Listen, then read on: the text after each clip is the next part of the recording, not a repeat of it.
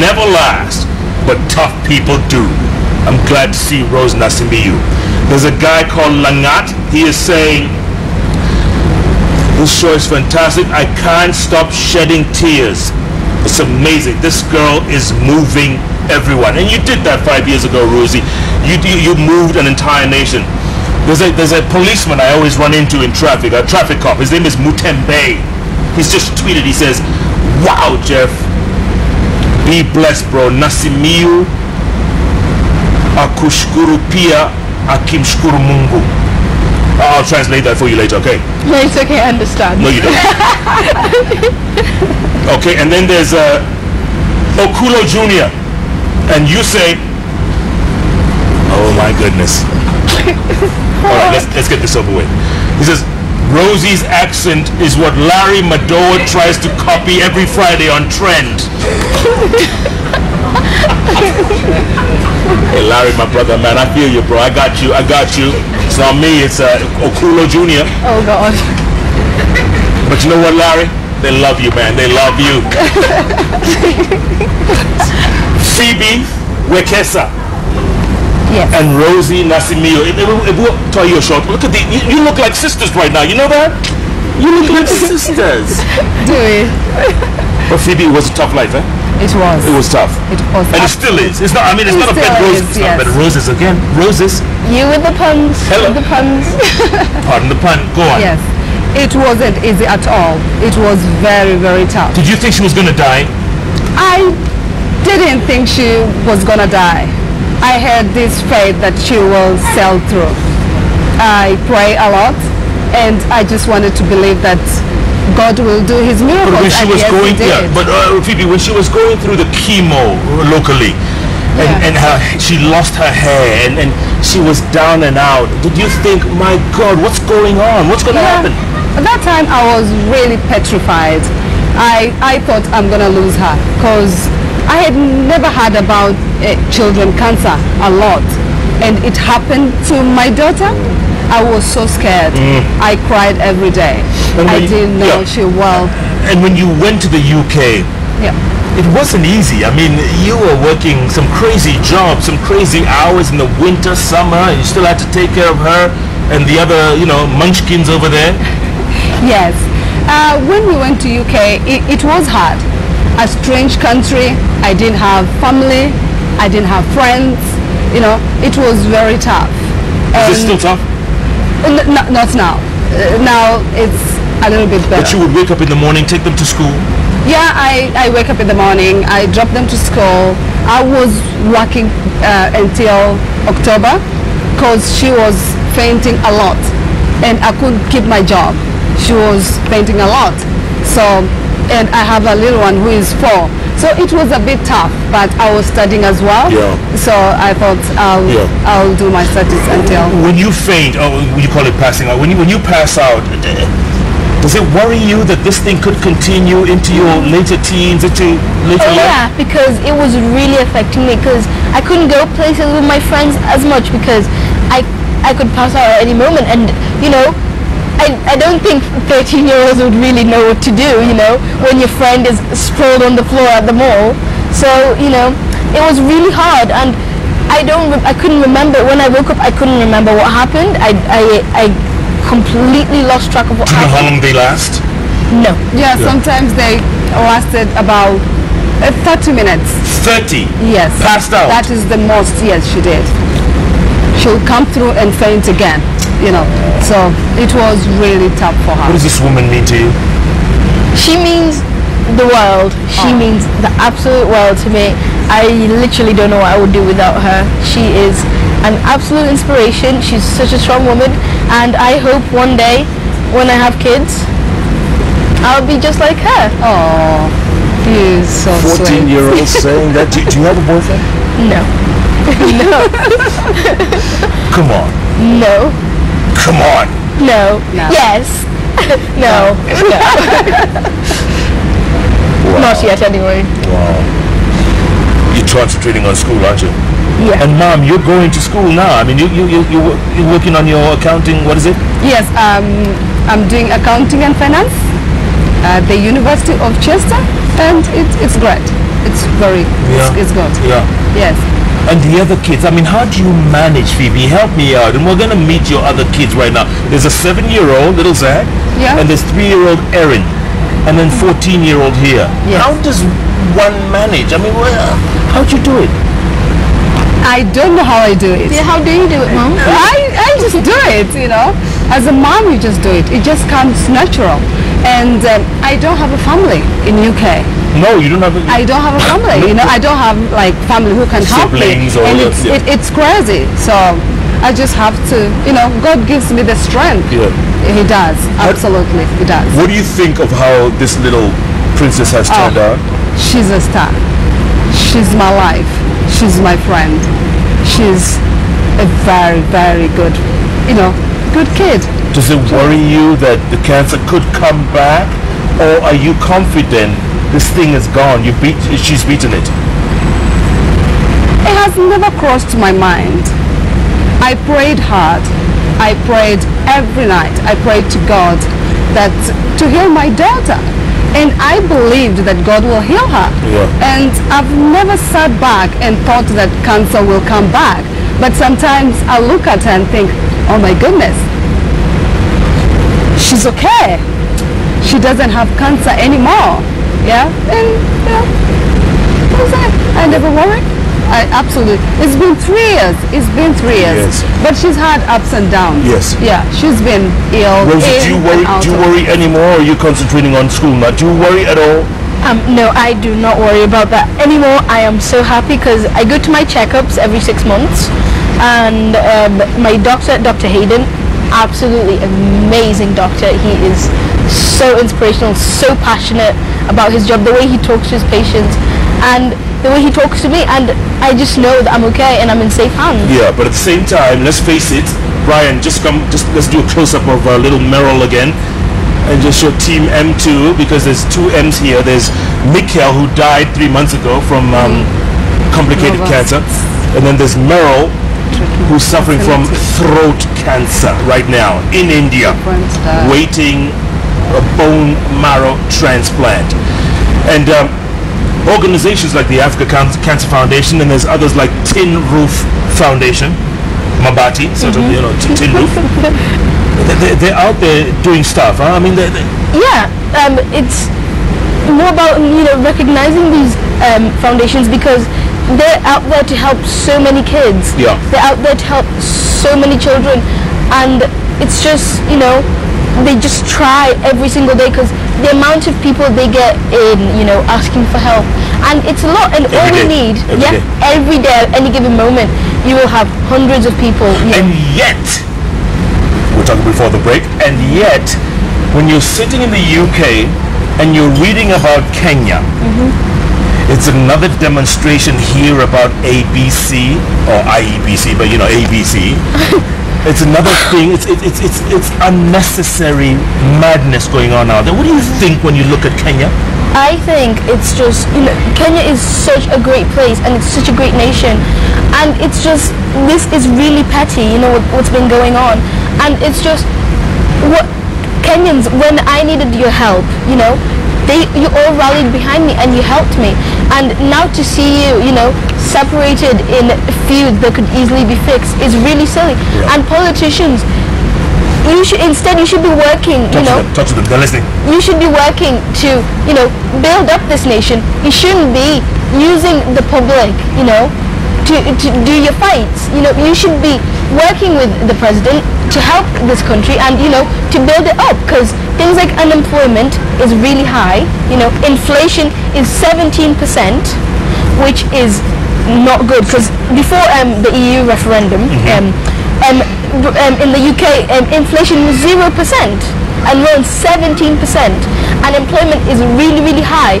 We should be working to fix this, not fighting over this, you know what I mean? This could be fixed. Yeah. Do you think our members of parliament understand your English, or should we just send them some kind of translation? Send them a translation if they didn't understand, you know? Yeah, because, you know, Kizungu ilikuja na meli, eh?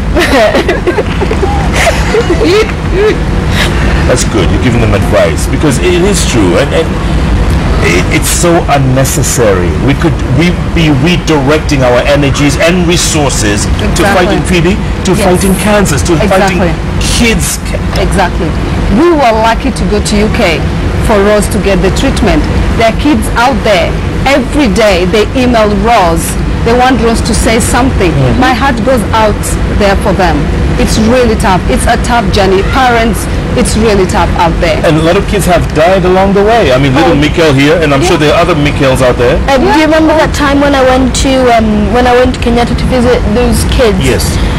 Quite a lot of them have already passed died on. since. Yeah. We called to check up on how they are. They've passed on already, and it's lives that could have been saved. I mean, all the government needs to do is just make the facilities better. Things like bone marrow transplant. Almost all cancers need bone marrow transplant, but why isn't there a bone marrow transplant facility in Kenya? You know what I mean? These little things, they should just upgrade the facilities, because this is a life-threatening illness. It's not a joke.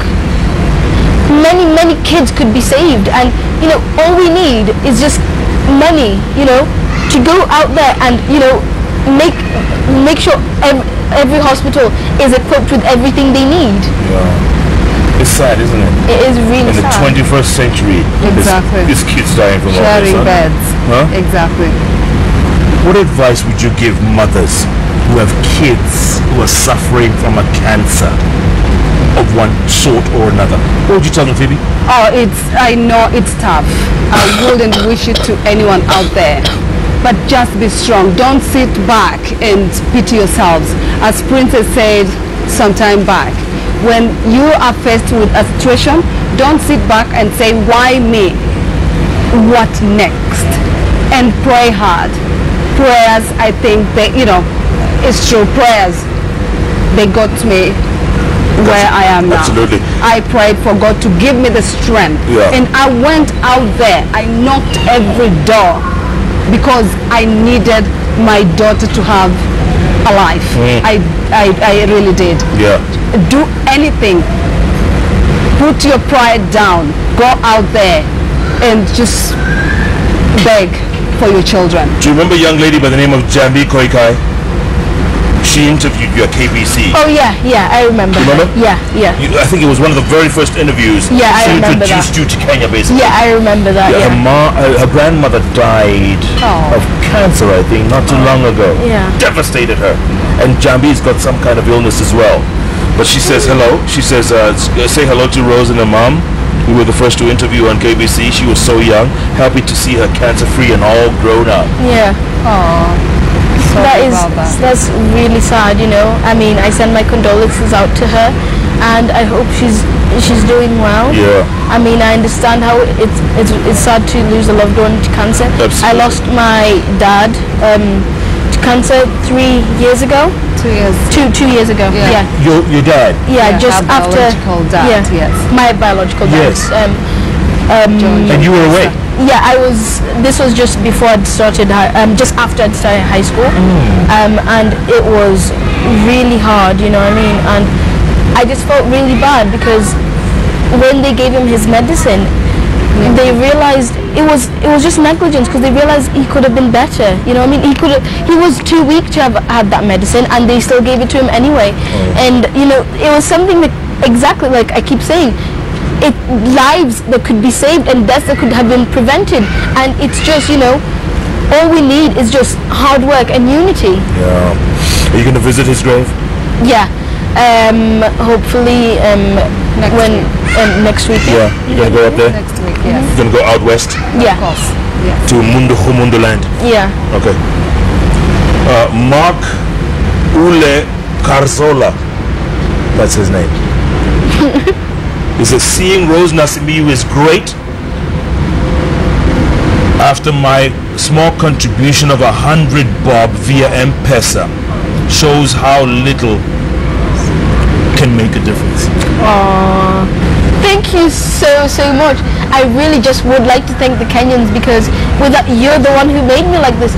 You are why I'm here in the first place, and I could have never done any of this without you. And I just want you to know you guys are really, really important in my life, and I love every single one of you. who helped me out there, and thank you so much. Yeah. You still sing? Yeah, I still sing. Yeah? Yeah. Anything new, or you just sing the old stuff? No, I'm hopefully trying to release a new song. No sneak peeks. No. No sneak peek? No. Okay, other than I Believe, what was that other song you sang? Baba Kupenda and The Cry of a Child. How does Baba Kupenda go? Baba Kupenda, Penda, Baba Kujali, Jali, hilo mina jua, si lazima uambiwe.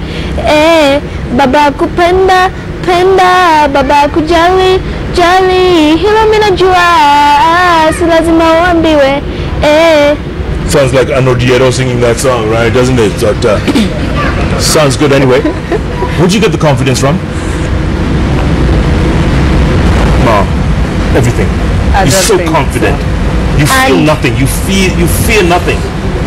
Well, I don't think I don't, because if you don't fear, then you're not human. Everybody has fears. And what's your biggest fear? Oh, my biggest fear is being separated from my family. That is literally one of my biggest fears. But it's just like someone once told me, courage isn't the substitute of fear. Courage is just the decision that something is more important than fear. Yeah. So it doesn't mean that I wasn't scared, because if I wasn't scared, that would just mean I'm stupid, because sure. Obviously you would be scared, you know what I mean? Do you get scared? But yeah, I did get What's your biggest fear? Oh, for my children to be ill. I've been there and I wouldn't want to go through that. Are the other two cancer free? Oh, they are absolutely fine and present. They just adorable. Yeah, good. We're going to meet them right now after the break. Yeah. Keep tweeting, folks, at Nasimiyu Rose. Do you have a Twitter handle? Yes, I do. But I don't tweet a lot. Oh, what do I analog, eh? I do. At Koinange Jeff, the hashtag Rose Nasimiyu and cancer-free kids. What a living, breathing example of tenacity, strength, overcoming odds. It's what Inspiration Thursday is all about. And we're so glad, Rose, thank you for making us your first interview. Really appreciate it. Really, really do. Obviously, one of my best friends. Yeah. Well, I hope I'm one of your best friends. Don't know how that works. I'd feel a bit sad if I wasn't. Yeah. Am I? I don't understand what you're saying, but yeah. Am I one of your best friends? Oh, right, okay, that English, man. Kizungu. Kizungu mingi. Mini friend yako.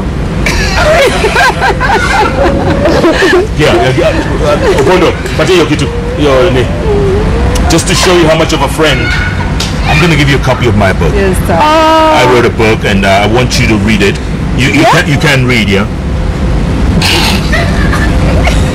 Please read it, Rose, and pass it on to your siblings and people out there. Yeah. And maybe if your mom reads, in between her accounting classes, it's a pretty I'm a reader, so. Yeah? Yeah. Honestly? I have my own friends. They know who they are. I wrote a little something for you. You want to read it? Oh, yes, please. Yeah, okay. Here we go. What did I say? To Rose Nasimiyu, you are a source of inspiration to millions. Keep doing what you do and keep reaching for the stars. God bless you, Jeff Koinange. Oh, thank you so much, Camille.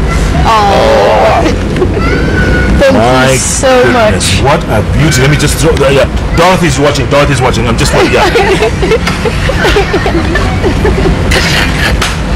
We're going to take another break, come back. This show is just out of control in a great way. I hope you're being as inspired as we are here on the set. Coming up, the rest of the clan that Phoebe Wekesa has been taking care of in between going to school and working and taking care of a sick child. I tell you, it takes a superwoman to do this kind of stuff. Jeff Koinange live at the Villa Oscar Kempinski takes a quick break. We'll be back